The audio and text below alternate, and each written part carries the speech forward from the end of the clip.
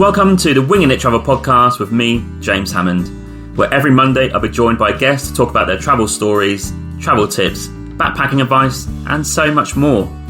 Right now, I'm taking the podcast on the road travelling with me, so tune in every week for short form episodes detailing all my travels alongside my Monday guest episode.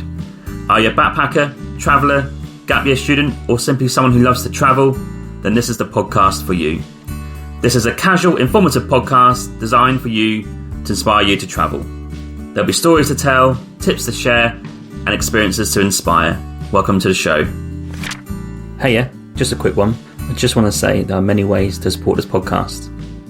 You can buy me a coffee and help support the podcast with $5, or you can go to my merch store with the affiliate link with TeePublic, where there's plenty of merch available to buy, such as t-shirts, jumpers, hoodies, and also some children's clothing. Thirdly, which is free, you can also rate and review this podcast on Apple Podcasts, Spotify, Podchaser, or Good Pods. Also, you can find me on social media on Instagram, Twitter, Facebook, and TikTok. Simply just search for Wickaninnish Travel Podcast, and you'll find me displaying all my social media content for travelling, podcasts, and other stuff. Hello and welcome to this first episode of our Canada and USA road trip. And a lot of these for the next few months are going to be on Canada. And I'm going to explain all of our backpacking trip in a summary episode coming after this with a guest host. But for now, we finished that trip and this was always the plan. To come back to Canada in the summer and start driving across it probably from June or July. And as we speak, we've been on the road for 3 days. So the start of July, and we're giving ourselves 8 to 10 weeks. So a lot ahead, not too much plan, a rough guide, but not too rigid. So today, I'm going to cover the first 3 days of our trip early on. And we are going to cover Vancouver Island and the area of Tofino and Ucluelet. So we have gone west first. We are here for 7 to 10 days, we're not sure yet, before getting back to Vancouver, regrouping, modifying a few things in our van, and then we're going to set across to the east. Before we get started, what are we travelling in? There is a solo episode on this. I have a camper van episode way back, maybe last year, can't quite recall. You can search on my catalogue for that. But to summarise, we have a Toyota Sienna from the year 2000. The back has been gutted out. And there is a double bed which folds underneath each other, a mini kitchen at the back, and also some storage space and a little bookshelf, amazingly. And we have enough space underneath the bed to put in camp chairs and also some clothes bags and stuff like that, and packs as well. So, cosy, but doable. And I am going to put a YouTube video up of a tour of the van in the next few weeks, so you get an idea visually of what we're staying in. But if you want more details, go and check out that solo episode on the podcast. So, day one, we left Vancouver, went to Horseshoe Bay. This is where you get your ferry across to the islands, in the Gulf Islands, and also to the island itself, Vancouver Island. And we arrived in Nanaimo after 1.5 hour ferry. Now, in Canada, there's a rule. You normally have to book, unbelievably, 2 to 3 months in advance in the summer months, because everyone knows when they go on holiday and book all the ferries and the campsites in good time. It's a risk to arrive on the day of a campsite or a ferry, but it is doable, and we proved it can be done. So, no ferry booked. And the ferry from Nanaimo carries your car and obviously yourselves. There's also a foot passenger friendly, so if you're just turning up as a foot passenger, you can definitely get on 100%. And you can get oversized vehicles on this ferry too. We're a normal sized vehicle because we're just a Toyota Sienna, and we could get on the day. We arrived for the 8:45 a.m. ferry crossing at 7:30 to start the queuing process, because what happens is, if you reserve a seat, fantastic, you have your ticket, you go straight through and queue up, ready to get on the ferry. If you don't, you need to sit in an unreserved queue, and what happens there is that you go through and they say, yep, we have space, here's your ticket, go and wait in this queue to get onto the ferry. Or if you don't, go and stay over there and we'll come back to you when there's space on the ferry. These ferries don't actually book till they're full. And if you go on the website, bcferries.com, you can see the percentage that is available to come on the day and for each individual sailings. Now from North Vancouver, Horseshoe Bay to the island, as an example, they always have 25-26% availability, even 40% on the day, and they have about 8 to 10 sailings a day. So it is doable. You just need to get there very early for the sailing that you want to go on. So 8:45 a.m, we're like, right, we'll be there for 7:30 a.m, and we're straight through, paid for a ticket, no dramas. So it can be done, and it's the same price as if you book online. So real easy process if you get lucky. But it is known that you can be there for hours and hours because people have the same idea. So if there's no space on your 8:45 ferry, you have to wait there to the next one, which I think is 10:30. It could be 11 a.m. So you've got to sit in the queue for 2 hours. Basically, get out of your car, go to the village, get a coffee and come back again. That's the go. So we got lucky, got on the 8:45 a.m. ferry to Nanaimo. And the plan was to drive across the island to Tofino. They closed the road a few weeks ago, or a few months back, because of a fire. There's quite a few wildfires going on in BC and across Canada at the moment. But it just reopened it about a week ago. Next is the next bit of luck. Now, campsites, you do have to book in advance because people just book them out anyway. And arriving on the day, you may get lucky if you replace someone who's left early, who's cancelled, or just not even turned up. It's one of those three, I'd imagine. And there's only one government-provided campsite in the Tofino area. It's called Green Point. And the reason it's popular is because it's cheap. It's $34 a night for your car and 2 people. Any private site in the whole area of Tofino or Ucluelet is hanging around at the minimum $60. And I'll come to that in a bit. So Green Point is very popular. If you know your date you're going to travel in BC or the island, get it booked ASAP. So $34 a night is the go. We turned up probably around 2:30 to 3 p.m. on our first day, and we're just fully expecting it to be a no. Turn up to the campsite and they have a barrier which you have to go through and speak to a person. We asked and they said, oh yeah, we have one for one night, and we couldn't believe it. So we snapped that up straight away, got in for one night, and this campsite is unbelievable. It's right next to Long Beach, a fantastic beach where there's acres of space. Unbelievable. Has great surf if you're into surfing, and the views are incredible, like misty views that you see on Google when you put in Tofino or Long Beach. One night, fantastic. Very lucky to stay. So we settled in and went to Tofino village and had a coffee at the Harbour View Coffee House, which has got a great view over the harbour. Also Tofino, a fantastic little village on the water. We saw a few seaplanes take off, trees everywhere, load of water, very clean air, just an amazing hippie vibe there too. It's quite chilled, as you can imagine. And we had drinks and Wi-Fi at Tofino Brewing. So there is satellite signal, if you like, in terms of your phone at Tofino. But at the campsite, down to the beach is fine, but in the campsite itself, it's a bit limited. So you need to bear that in mind. Had drinks there, done some podcast stuff. Then we got back to the campsite. This campsite is amazing. Like, our little area is secluded because each little patch of grass or land that they give you is your own. You're not sharing it with anyone. And it's got charging points too. And the campsite has showers. They have toilets, obviously, garbage bins. It's just a real idyllic place. You can walk around the loop of the road and in between huge trees. It's just a real idyllic place. Family friendly too if you're a family. This campsite is just ideal for anyone who just wants to chill out quietly. There's quiet time after 10 p.m. and it's maintained at the highest order. So it's super comfortable. The best thing about each little campsite is the charging points. They have 2 sockets so you can charge your phone, your laptop, etc. So it's a very comfortable start. I'm not expecting it all the way through, but I loved it that much that we're hoping we could stay the next day. I'll come to that in a second. First campsite dinner, mushroom sauce with tomatoes and pasta. Fantastic. And to finish off, we saw a nice Bernese dog. We love Bernese dogs. There was one in a bit of quite a high camper van. You're going to need space for a Bernese dog. And we tested out some equipment that we have. So we have this brand new mosquito net. It takes a minute to get set up. We can put that over the bench. So that's great. Not too many mosquitoes though, I must admit. Like maybe 1 or 2, but nothing to really write home about. And that was the first day camping. A great sleep. Day 2. So we've got to check out at 11. And we're going to try the same technique again They said to us, come back at 8:30 when they open at the office, check, and then we'll see what the go is. You can actually check online. You can refresh as soon as someone cancels online, but not everyone cancels. So you've got to either check online, ring those guys up, or keep going back and asking them in person. So it's a bit of an ordeal if you don't book a campsite.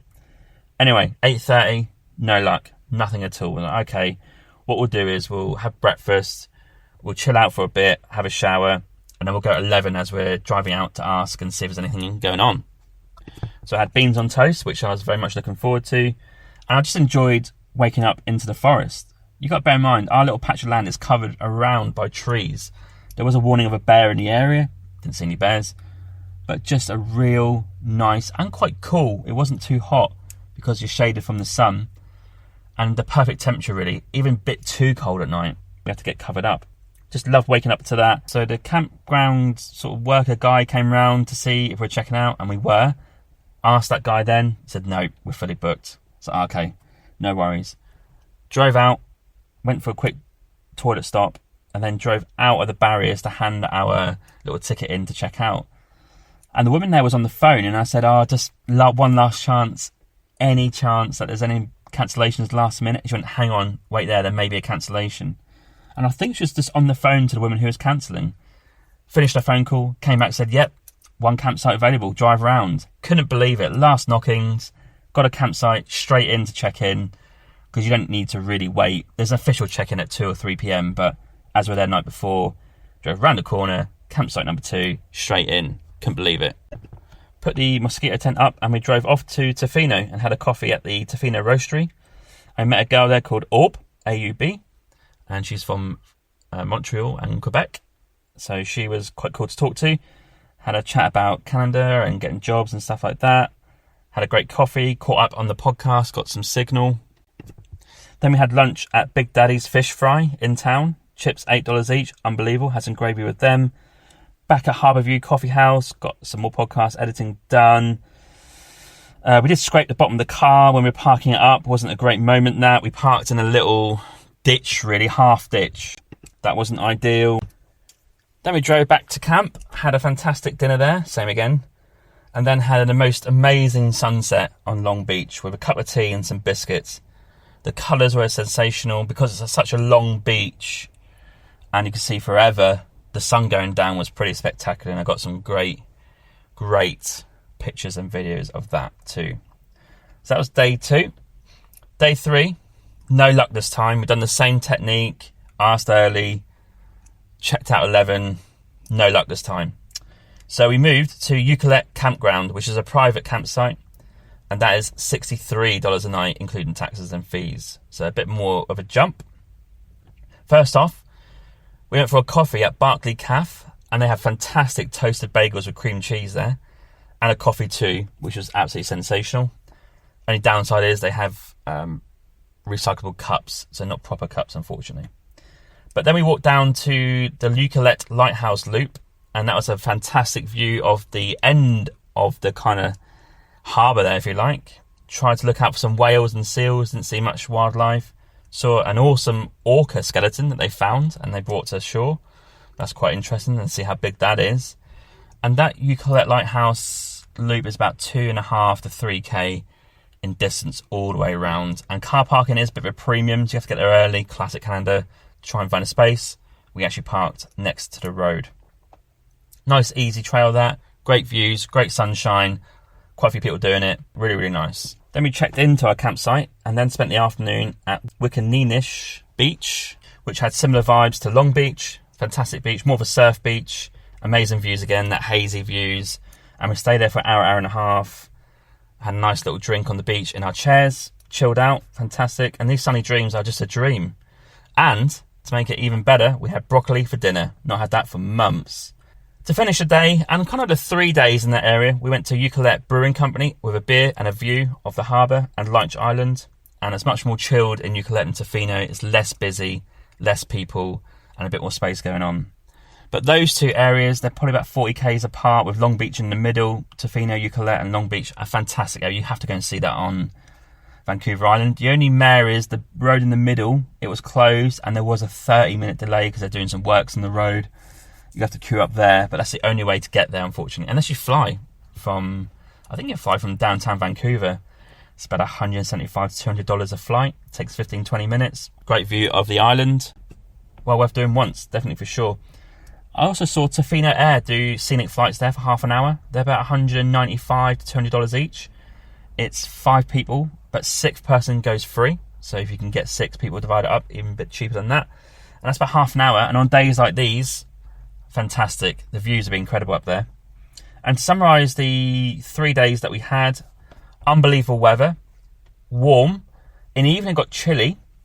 So almost a perfect time to go.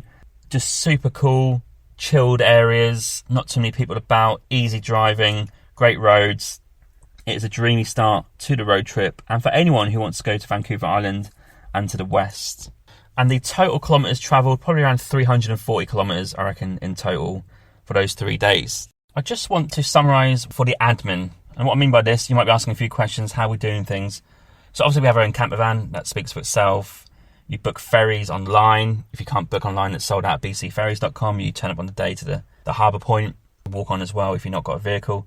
Campsites, turn up, book them online as well. If you chuck in BC campsites, you're going to go to their provincial campsite website, which is not the best, but it has every campsite that you can book for, and you can see how far in advance if there's any availability.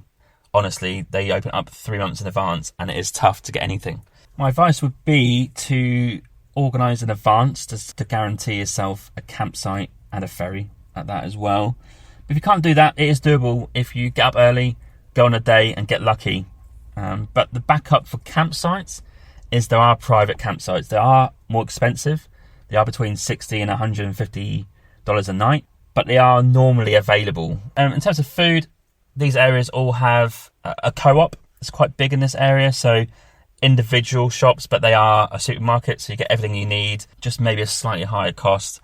And on Vancouver Island, for example, there are major cities and towns like Nanaimo and Victoria. They also have proper big supermarkets like Safeway, Save On Foods and stuff like that, Walmart as well, where you can get everything. In terms of cooking, we have our own 2-stove cooker at the back. That's propane gas, so we need to obviously keep buying those gas canisters to keep that going for the whole trip. But in terms of the campsite, there was no kitchen on the campsite. You can't actually use anything like that there. So you will need to be self-contained at that. And some private campsites will have kitchen facilities, but I wouldn't expect that. And as I said, showers and toilets were all available to everywhere we've been so far. And coming on to Vancouver Island for the last 3 or 4 days, I expect that to be the same as well. The roads are pretty clear. Just get on there early and just be aware of Vancouver Island. There's going to be busy places like Nanaimo when the ferry comes in, busy traffic, and obviously Victoria, the capital down south. Just expect if you go out to buy coffees, they're going to be $3 or $4. Bagels, $3 or $4 as well. And if you're eating out like a proper meal, it's going to be $20, and beers are hanging around $10 a pint. So that's your external factors if you like. You want to go out and eat. But obviously we're camping, we're cooking, we're making our own stuff to make it as cheap as possible. And to finalise, there are free camps. And these are just sites where they've been cleared and they've got probably a drop-down toilet, no shower, definitely not. And if you don't need anything else, you can go to those for free. But it is first come, first served, and there may not be any guarantee of space. Also, you can't guarantee the clientele because you might get a group that are quite rowdy, whatever, and party into the night. These private campsites and also the ones that are hosted by the provincial government are kind of looked after and maintained quite a high discipline of the rules. And that's quite a good thing because you don't want people just annoying you at 2 a.m. in the morning. I'll share any details that I find on the road, anything that be of use to you, and keep tuning in for all the episodes coming up. I'll keep the solo ones coming. As long as I have signal, I can get these out pretty regularly. It's going to be 1 or 2 a week, as well as the guest episodes, and I look forward to hearing your feedback. Great for 3 days, recommend going there. I'll come back with the next 3 or 4 days on Vancouver Island, and then we'll be going east after that, after Vancouver, to regroup and sort the van out some more. Thanks for tuning in. I'll catch you next time.